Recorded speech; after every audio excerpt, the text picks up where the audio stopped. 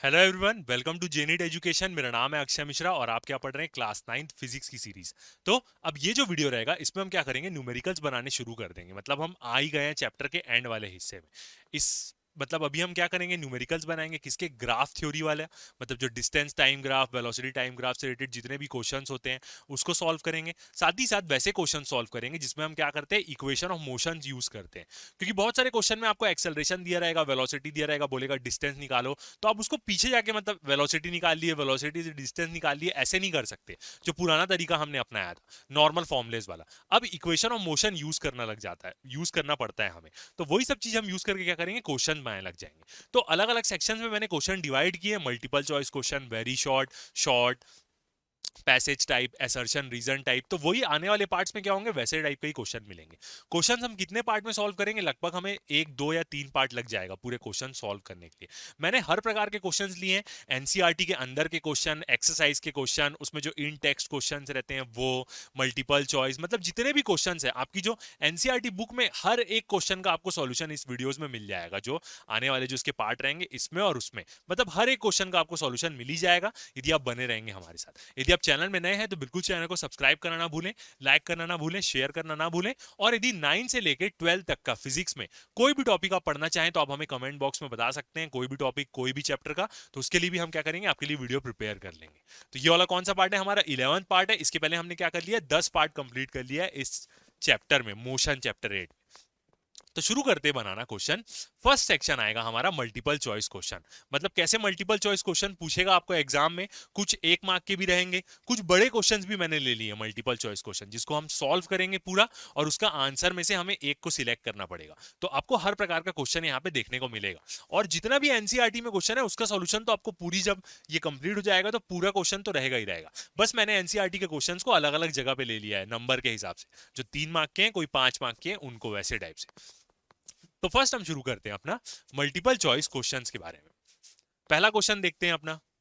पहले तो सिंपल वाला ही क्वेश्चन रहेगा, और क्वेश्चंस देख के हमें ये समझ में आ जाएगा कि 1 मार्क का है, कि 3 मार्क में पूछेगा, कि 5 मार्क में पूछेगा, वो हमें समझ में आ जाएगा क्वेश्चन पढ़ के ही। ठीक है, तो फर्स्ट वाला क्वेश्चन देखते हैं क्या बोल रहा है। Velocity time graph for a moving object is found to be curved line. Curved line है, then it's acceleration is. Velocity time graph के बारे में बोल रहा है, और एक ऑब्जेक्ट का है, वो क्या बोल रहा है, कर्व मिल रहा है। मतलब कर्व्ड है मतलब टेढ़ा है, ऊपर की तरफ टेढ़ा है, नीचे की तरफ टेढ़ा है, कैसा भी हो सकता है। तो वो ऑब्जेक्ट का एक्सेलरेशन क्या होगा? कांस्टेंट होता तो सीधी लाइन बनती, मतलब एक स्ट्रेट लाइन बनती जो ओरिजिन से पास हो रही है वेलोसिटी टाइम ग्राफ में। ठीक है, वेरिएबल होगा, बिल्कुल वेरिएबल ही होगा, क्योंकि कुछ भी हो सकता है। कर्व मैं आपको डायग्राम में दिखाता हूं। जीरो तो हो नहीं सकता, क्योंकि यदि जीरो होता वेलोसिटी टाइम ग्राफ में एक्सेलरेशन, तो क्या होता है, एक स्ट्रेट लाइन बनती जो एक्स एक्सिस के पैरेलल रहे वेलोसिटी टाइम ग्राफ में। और नन ऑफ दिस, ये वाला ऑप्शन भी नहीं होगा। तो इसका आंसर क्या होगा? बी होगा। ठीक है, अब देखते हैं वेलोसिटी टाइम ग्राफ की क्या क्या कंडीशन हमने पढ़ी है। तो इससे क्या हो जाएगा, एक बार हमको देखो अच्छे से रिवाइज हो जाएगा। फर्स्ट ने हमने कैसा वेलोसिटी टाइम ग्राफ देखा है, ये एक्स एक्सिस में v होता है, मीटर पर सेकंड में वेलोसिटी होती है, बिल्कुल। और वाई एक्सिस है ये, इसमें वेलोसिटी, वाई एक्सिस। और एक्स एक्सिस में क्या होता है, हमारा टाइम होता है। और ये भी एक्स एक्सिस में क्यों लेते हैं? क्योंकि एक्स एक्सिस में जनरली इंडिपेंडेंट क्वांटिटीज लेते हैं, जो ज्यादा किसी पर डिपेंड ना करे। टाइम रहता है सेकंड्स में। अब हमने क्या क्या कंडीशन पढ़ी है, पहला वाला कंडीशन देखते हैं। यदि वेलोसिटी टाइम ग्राफ एक ऐसा स्ट्रेट लाइन रहेगा, ये ऑप्शन में पूछ रहा है, ऑप्शन में दिया भी है हमें स्ट्रेट लाइन, देख लेते हैं एक बार। दिया है क्या? कांस्टेंट बोला है। कांस्टेंट में क्या होता है, यही वाला, और कांस्टेंट में ऐसा वाला ग्राफ बनेगा। कांस्टेंट का मतलब क्या है? एक्सेलरेशन कांस्टेंट वाला नहीं है, ये किसका है, उसका वाला है। देख लेते हैं। वेरिएबल ये जीरो वाला है, ये जो अभी हम कर्व बना रहे हैं ना, ये जीरो के लिए होगा। एक्सेलरेशन जीरो है, इसका मतलब वेलोसिटी कांस्टेंट है, तो वो एक्स एक्सिस की क्या होगी, वो पैरेलल होगी। तो जब एक्सेलरेशन जीरो होता है, यहां पे यदि एक्सेलरेशन जीरो हुआ, तभी तो वेलोसिटी क्या होगी, स्ट्रेट लाइन बनेगी। इसका मतलब क्या है कि जो भी वेलोसिटी है, समय जैसे से आगे बढ़ते जा रहा है, वो वेलोसिटी उतनी की उतनी ही है। तो ये इसका मतलब क्या है, यहाँ पे ये हो रहा है हमारा v is equal to constant है यहाँ पे। अब जब वेलोसिटी कांस्टेंट है तो ऑब्वियस ही बात है एक्सेलरेशन क्या होगा, जीरो होगा। ठीक है, और वेलोसिटी कांस्टेंट है तो यहां पे हम इसको क्या भी बोल सकते हैं, एक और क्या बोल सकते हैं, यूनिफॉर्म मोशन भी बोल सकते हैं, यूनिफॉर्म मोशन। यही चीज तो हमें पड़ी है, वेलोसिटी कांस्टेंट है। ठीक है, एक और कर्व देखते हैं। एक तो ये वाला कर्व हमने देखा है, दूसरा वाला वीटी वीटी ग्राफ इसको हम बोलते हैं, वी और टी। दूसरा वाला हमने कैसा देखा है, ऐसा, ये स्ट्रेट लाइन जो ओरिजिन से पास हो रही है, हल्का सा कर्व टाइप दिख रहा है कि नहीं, स्ट्रेट लाइन है ऐसे। तो इसको हम क्या बोलते हैं कि ये किसके लिए है, एक्सेलरेटेड मोशन के लिए तो है, मगर यहाँ पे एक्सेलरेशन क्या है, यूनिफॉर्म है, क्योंकि सेम इंटरवल में वो बढ़ रहा है, जैसे जैसे समय बढ़ रहा है वेलोसिटी भी सेम बढ़ रही है, एक स्ट्रेट लाइन लीनियर है यहाँ पे, वेलोसिटी टाइम रिलेशनशिप लीनियर बोलते हैं इसको। तो ये एक्सेलरेटेड मोशन तो है, मगर यहाँ पे एक्सेलरेशन क्या है, यूनिफॉर्म है। तो यहाँ पे हम क्या बोल सकते हैं, ए जो है वो क्या है, कांस्टेंट है। ये ऑप्शन भी हमें दिया हुआ है कांस्टेंट का, तो कांस्टेंट के लिए ऐसा ग्राफ बनेगा, ए कांस्टेंट के लिए ऐसा बनेगा। यहां पे तो बोला है कि वो कर्व्ड लाइन है, found to be a curved line, मतलब कर्व्ड कैसा भी हो सकता है, आड़ा टेढ़ा। ठीक है, तो ये क्या है, एक्सेलरेशन यहाँ पे क्या है, कांस्टेंट है, तो इसको हम क्या बोलेंगे, यूनिफॉर्म एक्सेलरेशन है।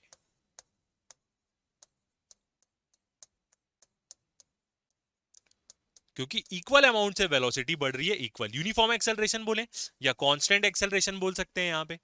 मतलब 1 सेकंड में 10 बढ़ी स्पीड, 2 सेकंड में 20 हो गई, 30 सेकंड में 30 हो गई, ऐसे करके सेम इंटरवल में same amount of speed increase हो रही है।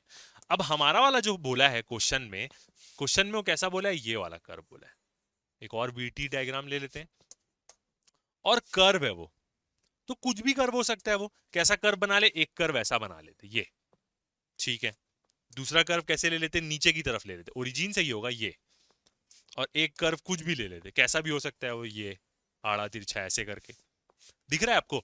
तो यहां पे यदि हमें समझ में आएगा कि यदि ऊपर वाला कर्व देखें, ये वाला, तो यहां से तो हमें समझ में आ रहा है कि वेलोसिटी इंक्रीज हो रही है, समय के साथ साथ स्पीड बढ़ रही है, तो यहाँ पे क्या है, एक्सेलरेशन है। ठीक है, ये वाला जो है यहाँ पे स्पीड क्या हो रही है, डिक्रीज हो रही है, टाइम के साथ नीचे आ रहा है, तो डी एक्सेलरेशन है। ठीक है, ऐसा दोनों में से कर, मतलब ऑब्वियस ही बात है, ये तो वो है ना, नॉन यूनिफॉर्म एक्सेलरेशन ही है यहाँ पे पूरा। और ये वाले में तो कुछ भी हो रहा है, कभी बढ़ रही है कभी कम हो रही है। तो एक्सेलरेशन क्या है यहाँ पे, वेरिएबल है, वेरी कर रहा है समय के साथ, वेरिएबल का मतलब समय के साथ वेरी करना, तो ए क्या है यहाँ पे, वेरिएबल है। ठीक है, तो कोई भी कर्व हो, ऐसा ही वो क्वेश्चन में पूछा है कि वेलोसिटी टाइम ग्राफ में कर्व है, कुछ भी हो सकता है, वो वेरी कर रहा है एक्सेलरेशन, ऊपर में स्पीड इंक्रीज हो रही है, स्पीड डिक्रीज हो रही है, तो एक्सेलरेशन तो चेंज हो ही रहा होगा ना भाई। तो इसलिए आंसर क्या हो जाएगा यहाँ पे, अपना आंसर हो जाएगा हमारा बी। तो ऐसा यदि आपको पूरा कंसेप्ट पता है तो आप आराम से क्वेश्चन 1 सेकंड में ही बन जाएगा ये क्वेश्चन, बट आपको इसके पीछे की सारी चीजें पता होनी चाहिए। ओके, आगे देखते हैं क्वेश्चन नंबर 2।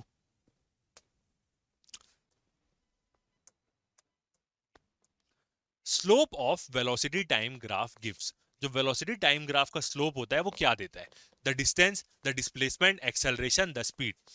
अब वेलोसिटी टाइम ग्राफ बोला है तो डिस्प्लेसमेंट आएगा, स्पीड टाइम ग्राफ बोलता है तो डिस्टेंस आएगा। हमने तो जब डिराइव किया तो वहां पे उसको डिस्टेंस भी बोला है एक प्रकार से, या मैग्नीट्यूड ऑफ डिस्टेंस भी बोला है। यहाँ पे क्या होगा, सही आंसर होगा हमारा क्या, डिस्टेंस होगा। ठीक है, अच्छा सॉरी, स्लोप बोल रहा है ना, ओके, स्लोप बोल रहा है तो इसका मतलब डिस्प्लेसमेंट कब देता है, वो तो एरिया अंडर द कर्व होता है। यहाँ पे स्लोप बोल रहा है तो स्लोप क्या होता है, एक्सेलरेशन होता है। ठीक है, ये क्वेश्चन को डायग्राम में देखते हैं, डायग्राम बनाते हैं और एक्चुअली देखते हैं कि स्लोप होता क्या है। एक वेलोसिटी टाइम ग्राफ ले लेते हैं, ये हो गया v और t। ओके, अब स्लोप एक्सेलरेशन देगा तो इसका मतलब सही में एक्सेलरेटेड मोशन होना चाहिए, तो एक ऐसा ले लेते हैं, यूनिफॉर्मली एक्सेलरेटेड हो रहा है इसका मतलब। ओके, अब यहां पे क्या करते हैं, दो ठोक कोई पॉइंट ले लेते हैं, ये एक पॉइंट हो गया a और ये दूसरा पॉइंट हो गया b। इस जगह में कोई भी दो पॉइंट ले लेते, कंस्ट्रक्शन कर लेते, इसको क्या करते, नीचे से जोड़ देते, यहां से ऐसे जोड़ दिए ये। ठीक है, ये एक एक्सिस में जुड़ा, टाइम एक्सिस में, और इधर स्पीड एक्सिस में भी जोड़ लेते ये। अब वेलोसिटी चेंज तो हो ही रही है, यहाँ पे दिख ही रहा है,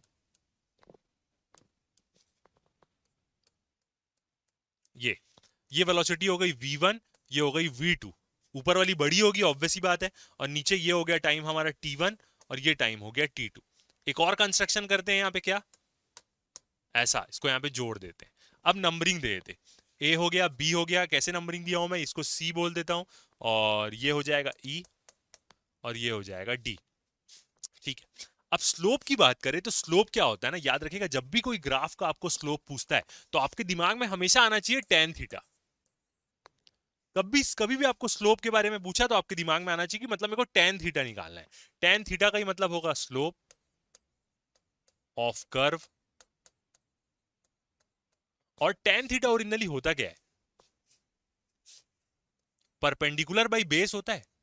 तो ये ए दो पॉइंट का परपेंडिकुलर क्या होगा, ये दोनों पॉइंट परपेंडिकुलर होगा और ये उसका बेस होगा। ट्रायंगल में देखें तो यहां पे यदि मैं टेन थीटा देखूं, टेन थीटा, तो वो क्या हो जाएगा, बीसी बाई एसी होगा, बीसी बाई एसी होगा, बिल्कुल। या इसी को मैं बोलूं यही है स्लोप इस कर्व का। टेन थीटा आपके दिमाग में आना चाहिए, तो वो एक मतलब क्या होगा, वो एक प्रकार से रेशियो होगा परपेंडिकुलर बाई बेस का, या बीसी बाई एसी का, सेम जैसा हमने लिखा है। ठीक है, अब यदि हम यहां पे वैल्यू पुट करें, टेन थीटा हो गया, स्लोप ही निकाल रहे हैं मान लेते, ओके। तो बीसी बाई एसी देखते हैं क्या है। बीसी कितना है हमारा, ये इतना पोर्शन हमें निकालना है, तो ये बड़े वाले से बीडी माइनस सीडी करेंगे तो आ जाएगा। इसका मतलब कैसे, तो स्लोप ही ले लेते, स्लोप ही निकाल रहे हैं हम, ओके। बीसी ये निकालना है तो इसको कैसे लिख सकते हैं, बीडी माइनस बड़े वाले से सीडी माइनस कर दे, बीडी माइनस सीडी कैसे भी लिख सकते हैं। और नीचे क्या है, एसी, ये वाला निकालना है, तो ये एसी और ईडी तो बराबर होगा, तो इसको सिंपल लिख लेते, ये पूरा T2 है और T1, तो यहां पे तो वही आएगा T2 माइनस T1। और बीडी क्या है, बीडी हमारा क्या है, V2 है, और बीसी क्या है, V1 है, तो ये कैसा हो जाएगा, V2 minus V1 by T2 minus T1, यही होगा। अब ये क्या आ रहा है, ये रेशियो क्या आ रहा है, अब इसको देखेंगे इस रेशियो को, तो ये change in velocity by time आ रहा है, या इसको हम बोले टाइम इंटरवल आ रहा है, तो ये क्या होता है, एक्सेलरेशन ही तो होता है। यहाँ पे क्या हो रहा है, एक्सेलरेशन ए इक्वल टू क्या होता है, चेंज इन वेलोसिटी बाई, ये वेलोसिटी चेंज कितने टाइम इंटरवल में हो रही है, टाइम इंटरवल, तो क्या आया, एक्सेलरेशन ही तो आया। तो जब भी आपको पूछेगा कि वेलोसिटी टाइम ग्राफ का स्लोप क्या देता है, तो स्लोप क्या देता है, एक्सेलरेशन देता है। ठीक है, और पूछा एरिया अंडर द कर्व क्या देगा, तब आप बोल सकते हैं डिस्प्लेसमेंट देगा। ये जो अंडर का कर्व का एरिया है ये क्या देगा, यदि आपको पूछा तब आप बोल सकते हैं कि हाँ वो डिस्प्लेसमेंट देगा। तो वेलोसिटी टाइम ग्राफ का स्लोप क्या देता है, एक्सेलरेशन। तो यहां पे आंसर क्या हो जाएगा हमारा, सी सही आंसर हो जाएगा, सी इज दी सही answer, slope of the velocity time graph acceleration. Okay, आगे बढ़ते हैं।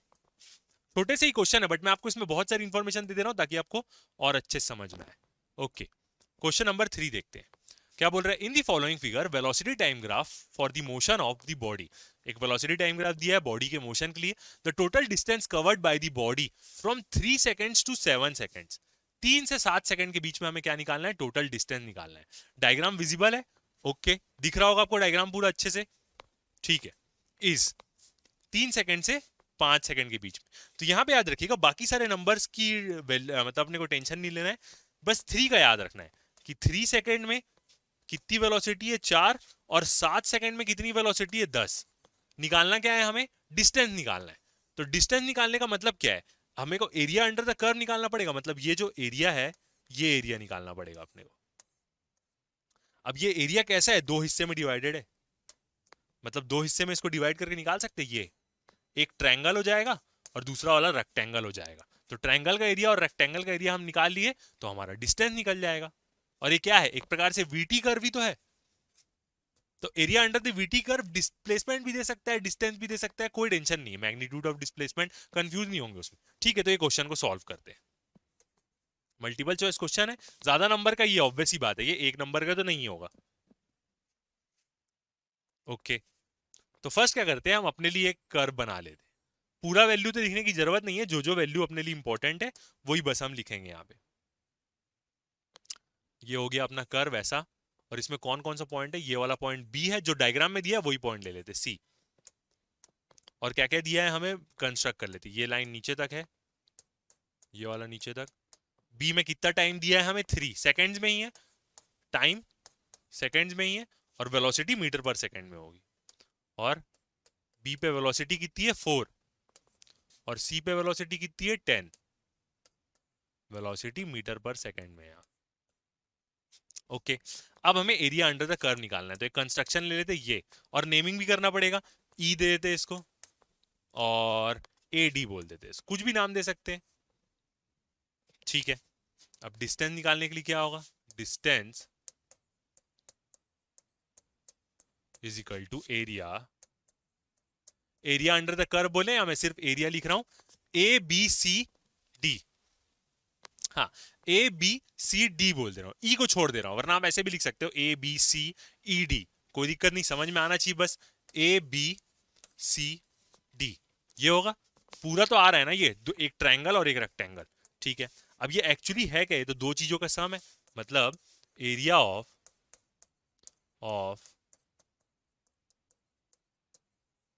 ट्रायंगल, ट्रायंगल कौन सा हो जाएगा, B C E, B C E plus area of rectangle.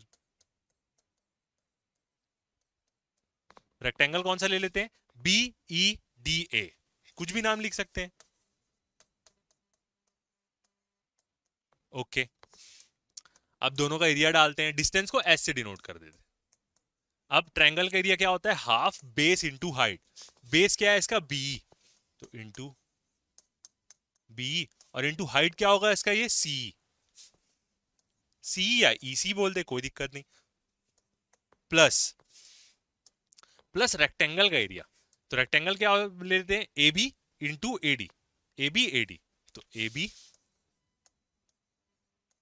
Into A D, ठीक है। अब यहां पे वैल्यू पुट कर देते हैं, तो 1/2, ठीक है। बी की वैल्यू देखते हैं, बी और ई ये वैल्यू, तो 3 - 7 होगा बी की वैल्यू, बी ई निकालना है, तो ये कितना हो जाएगा, पूरा लिख देते, 7 - 3 हो जाएगा बी, मतलब इतने में से इतना, इतने में से इतना माइनस कर दे तो इतना आ जाएगा, इसलिए 7 - 3 लिख दिए, ठीक है।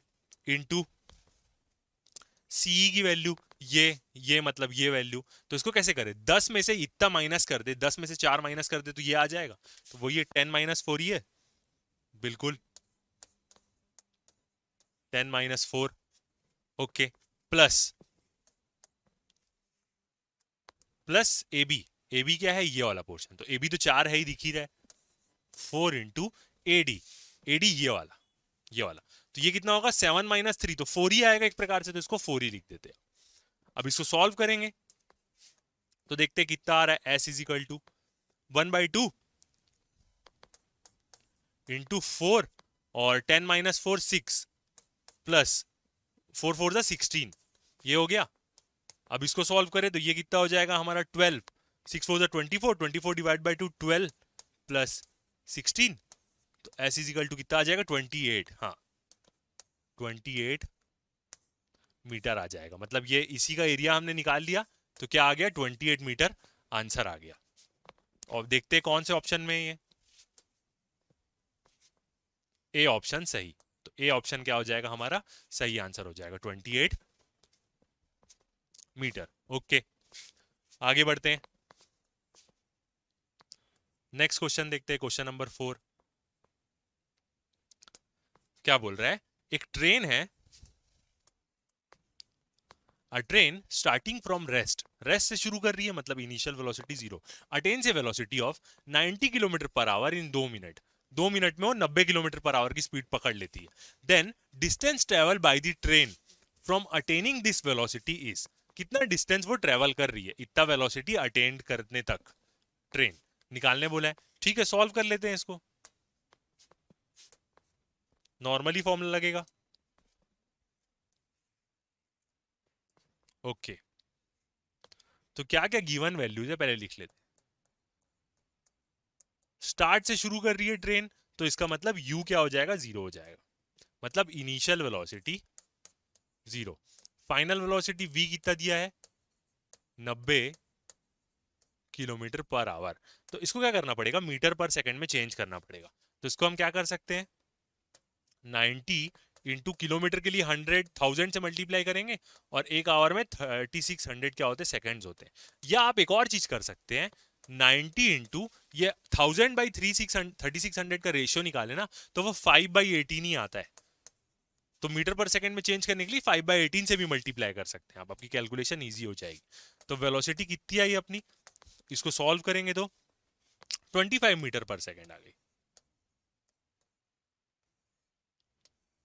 25 मीटर पर सेकंड। ओके, और क्या दिया है, टाइम भी दिया है यहाँ पे, t is equal to 2 minutes, second में लेना पड़ेगा, मतलब 120 सेकेंड्स, एक मिनट में 60, तो 60 120। ओके, अब क्या लगा देंगे, सीधा फॉर्मूला लगा देंगे। एक चीज बस हमें चाहिए, सेकंड इक्वेशन ऑफ मोशन तो लगाएंगे यहाँ पे सॉल्व करने के लिए, बस सेकंड इक्वेशन ऑफ मोशन में एक्सेलरेशन होता है, तो एक्सेलरेशन की जरूरत पड़ेगी, वो निकाल लेते हैं।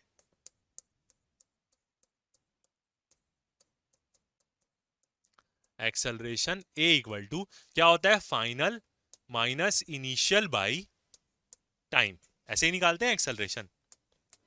ओके ठीक है, तो वैल्यू पुट करते हैं यहाँ पे, a इक्वल टू फाइनल कितनी हुई है, 25 आई है, 25, इनिशियल तो 0 है, और टाइम हो रहा है 120। इसको सॉल्व करेंगे तो एक्सेलरेशन कितना आ जा रहा है अपना, दो तरीके से सॉल्व कर सकते हैं, मैं तो पॉइंट में सॉल्व कर दिया था, तो 0.208 आया मीटर पर सेकेंड स्क्वायर, ये भी आंसर सही है। या आप फ्रैक्शन में निकालेंगे तो फ्रैक्शन में कितना आ रहा है, 5/24 आ रहा है मीटर पर सेकेंड स्क्वायर, ये भी सही है। दोनों में से जो वैल्यू आप रखना चाहें, जनरली लोग 5/24 रखते हैं क्योंकि वो सॉल्व करने में आसानी जाती है। तो ये आ जाएगा हमारा एक्सेलरेशन। अब लगा देते हैं, from second equation of motion, जो क्या बोलती है, s is equal to u t plus half AT square. अब u तो 0 है यहाँ पे, तो ये वाली टर्म तो 0 हो जाएगी क्योंकि इनिशियल वेलोसिटी इसकी 0 है। तो s इज इक्वल टू कितना हो जाएगा, 1/2 AT स्क्वायर, वैल्यू पुट करते हैं 1/2, एक्सेलरेशन कितना है ये कर देते 5/24 रख देते, और टाइम कितना है 120 का स्क्वायर। अब इसको सॉल्व करेंगे तो s कितना आ जाएगा अपना, 1500 मीटर आ जाएगा। इसको आप सॉल्व करके देखेंगे, मैंने भी किया है, सही आंसर ही आएगा, 1500 मीटर आ जाएगा। मगर ऑप्शंस ना वहां पे किलोमीटर में दिया है, किस में दिया है, किलोमीटर में दिया है, तो 1500 मीटर मतलब कितना हो जाएगा, 1.5 किलोमीटर। तो ये आ गया हमारा आंसर, 1.5 किलोमीटर डिस्टेंस वो कवर करेगी बस। तो ऑप्शन क्या हो जाएगा, ए हमारा सही आंसर हो जाएगा, ए क्या हो गया अपना, सही आंसर हो गया। ओके आगे बढ़ते हैं, नेक्स्ट क्वेश्चन देखते हैं, क्वेश्चन नंबर 5 क्या बोल रहा है, if the displacement of an object is proportional to the square of the time then object moves with. यदि किसी ऑब्जेक्ट का डिस्टेंस मतलब s बोल रहा है, वो क्या बोल रहा है, is proportional to the time square, ये कंडीशन हमें दिया है। तो इस केस में ऑब्जेक्ट कैसा मूव करेगा, uniform velocity, uniform acceleration, increasing acceleration, decreasing acceleration, मतलब उसका एक्सेलरेशन क्या होगा यहां पे वो पूछ रहा है। ओके तो इसको डिराइव करते हैं, नॉर्मल डिस्टेंस वाली इक्वेशन से ही हो जाएगा ये। ओके तो यहां पे हम मान लेते हैं, एक चीज बस यहां पे एज्यूम करेंगे जो वो नहीं बोला है, क्या क्वेश्चन में, कि ऑब्जेक्ट रेस्ट से शुरू हो रहा है, ऐसा वो क्वेश्चन में नहीं बोला है, बट हमें एज्यूम करना पड़ेगा, तभी तो u 0 होगा। तो एज्यूम करते हैं, लेट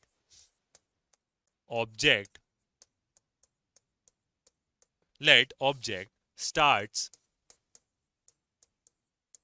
एट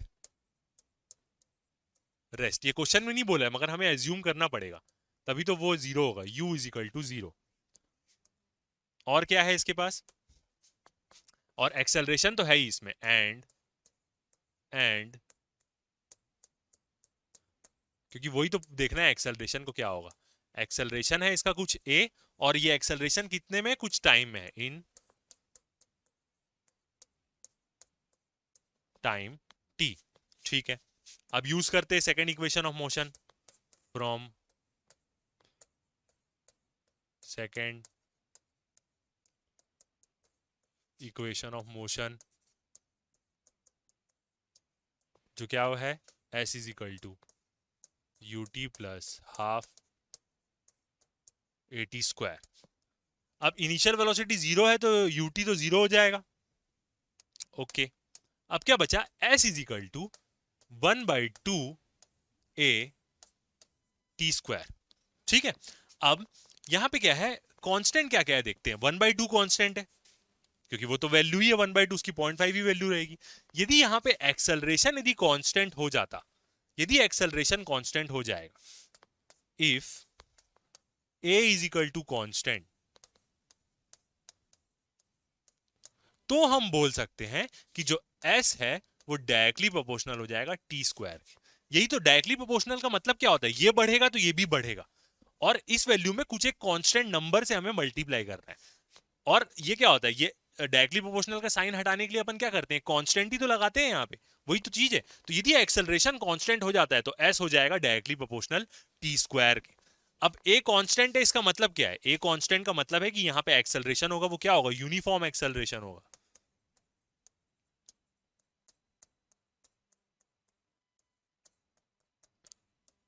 तो क्वेश्चन में यही पूछा है कि यदि डिस्टेंस डायरेक्टली प्रोपोर्शनल हो जाएगा टाइम स्क्वायर के, तो क्या होगा ऑब्जेक्ट का, ऑब्जेक्ट का जो एक्सेलरेशन होगा वो कांस्टेंट होगा, इसका मतलब यहाँ पे।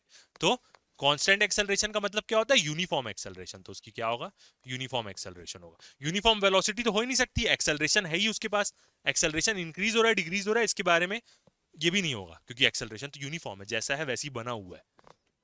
तो आंसर क्या हो जाएगा, बी यहाँ पे सही आंसर हो जाएगा। ओके, आगे बढ़ते हैं, नेक्स्ट क्वेश्चन देखते हैं, सिक्स्थ वाला। एक कार है, a car move towards south with a speed of 20 metre second inverse. याद रखिएगा एकदम इजी होता है जनरली लिखना, मीटर पर सेकेंड ही लिख दे तो वो सबसे बेस्ट चीज है। बट बुक्स वाले और बहुत सारे क्वेश्चन देखोगे आप, कॉम्पिटिटिव एग्जाम के, नीट के क्वेश्चन, जेई के क्वेश्चन, तो लोग जबरदस्ती ऐसा लिखते हैं, मीटर सेकेंड की पावर -1।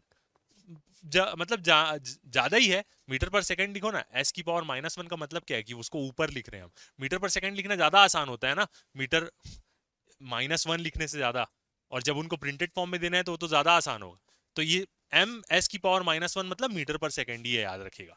तो एक कार है, साउथ की तरफ मूव करती है 20 मीटर पर सेकंड की स्पीड से। It changes its direction to east, अब ईस्ट की तरफ मुड़ जाती है वो with speed of 20 metre per second, same speed से वो ईस्ट की तरफ मुड़ जाती है।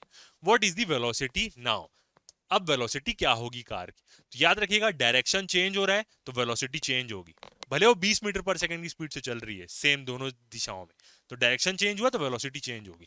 तो अब पूछ रहा है वेलोसिटी क्या होगी, तो इसका मतलब हमें यहाँ पे रिजल्टेंट निकालना पड़ेगा दो वेलोसिटीज का, और वो दिशा क्या होगी। ठीक है, तो इस क्वेश्चन को सॉल्व करते हैं। याद रखिएगा हमेशा ना, ये डायरेक्शन का हमेशा पता रखिए कि क्या होता है, south east west north south, और कॉपी में हमेशा आप बना लें कि ऊपर वाला पोर्शन क्या हो जाएगा, नॉर्थ, नीचे वाला पोर्शन होता है साउथ, इधर टाइप में होता है ईस्ट, और इस तरफ होता है वेस्ट। अपना इंडिया यदि ग्लोब के हिसाब से देखें तो ईस्ट साइड में, वेस्ट साइड में अमेरिका है, साउथ तरफ क्या है, ऑस्ट्रेलिया या कन्याकुमारी, और नॉर्थ तरफ क्या है हमारा, कश्मीर अश्मीर। ठीक है, तो ये है नॉर्थ साउथ, ऐसा आप कॉपी में बना के रखें डायरेक्शन का आइडिया, तो आपको बहुत सारे क्वेश्चंस आगे जाके एप्टीट्यूड भी पढ़ना पड़ेगा तो उसमें भी काम आएगा। ठीक है, अब कार कैसे चलना चालू करिए, साउथ की तरफ वो गई, साउथ की तरफ चलना शुरू करी 20 मीटर पर सेकंड की स्पीड से, तो यहाँ पे v क्या है, 20 मीटर पर सेकंड। फिर ईस्ट की तरफ मुड़ गई, ये ईस्ट है और यहाँ पे भी उसकी स्पीड 20 मीटर पर सेकंड ही है। तो अब वो किस दिशा में जा रही होगी और उसके स्पीड क्या होगी, तो यहाँ पे हमें क्या करना पड़ेगा, ऐसा रिजल्टेंट निकालना पड़ेगा। ठीक है, अब उसके लिए क्या करेंगे, पाइथागोरस थ्योरम ही यूज करेंगे, वेलोसिटी वाला, तो नेमिंग करते थे। यहाँ पे एक और ट्रायंगल ले लेते, ये ए पॉइंट, ये वाले एस साउथ तरफ गई तो एस ले लेते, और ये ईस्ट तरफ गई तो इसको ई ले लेते। ये हमें हिस्सा निकालना है वेलोसिटी का, और इन लोग दोनों की value 20 metre per second 20 metre per second ही है। ओके, तो पाइथागोरस थ्योरम ही लगा रहे हैं एक प्रकार से यहाँ पे। तो एई का स्क्वायर, पाइथागोरस थ्योरम क्या बोलेगा, इक्वल टू दोनों साइड के सम का स्क्वायर, दोनों साइड का स्क्वायर का सम, AS का स्क्वायर प्लस SE का स्क्वायर। तो AE इक्वल टू क्या हो जाएगा, अंडर रूट AS का स्क्वायर प्लस SE का स्क्वायर। वैल्यू पुट करते हैं, 20 का स्क्वायर प्लस 20 का स्क्वायर और एक इसमें रूट में। ओके, अब 20 का स्क्वायर कितना होता है, 400 प्लस 400, दोनों रूट में है। ठीक है, तो क्या हो जाएगा, अंडर रूट 800 हो जाएगा। अब इसको तोड़ के लिखे तो कैसे लिख सकते हैं, 8 इंटू 10 इंटू 10, ऐसा लिख सकते हैं। 8 बाहर आ जाएगा तो 8 कितना हुआ, 2√2 और 10 तो 20√2 आ जाएगा वेलोसिटी उसकी। ठीक है, मीटर पर सेकंड। अब डायरेक्शन देखते हैं, ये डायरेक्शन कौन सा है, साउथ ईस्ट है। इस कोने में कोई चीज जाती तो उसको हम बोलते हैं नॉर्थ ईस्ट जा रही है, इस कोने में जाती तो हम बोलते हैं उसको नॉर्थ वेस्ट जा रही है, वेस्ट साउथ जा रही है। तो ये तो साउथ ईस्ट है ना, तो 20√2 metre per second south east, south east, ये हो जाएगा हमारा answer, 20 metre per second south east. देखते कौन सा ऑप्शन है, option B, 20√2 metre per second south east. तो बी क्या हो जाएगा हमारा सही आंसर हो जाएगा यहाँ पे। ओके, तो ये वाले वीडियो में और एक क्वेश्चन देख लेते हैं इसमें, ये वाला नेक्स्ट क्वेश्चन से हम क्या करेंगे, नेक्स्ट वीडियो में करेंगे। पहला वीडियो में 30 मिनट्स का ही रखते हैं, नेक्स्ट भी 30 मिनट्स का। सारे पार्ट में ऐसे करके हम 3-4 पार्ट पढ़ेंगे, इसके 4-5 पार्ट हो जाएंगे। तो अभी तक लेते ही, थैंक यू।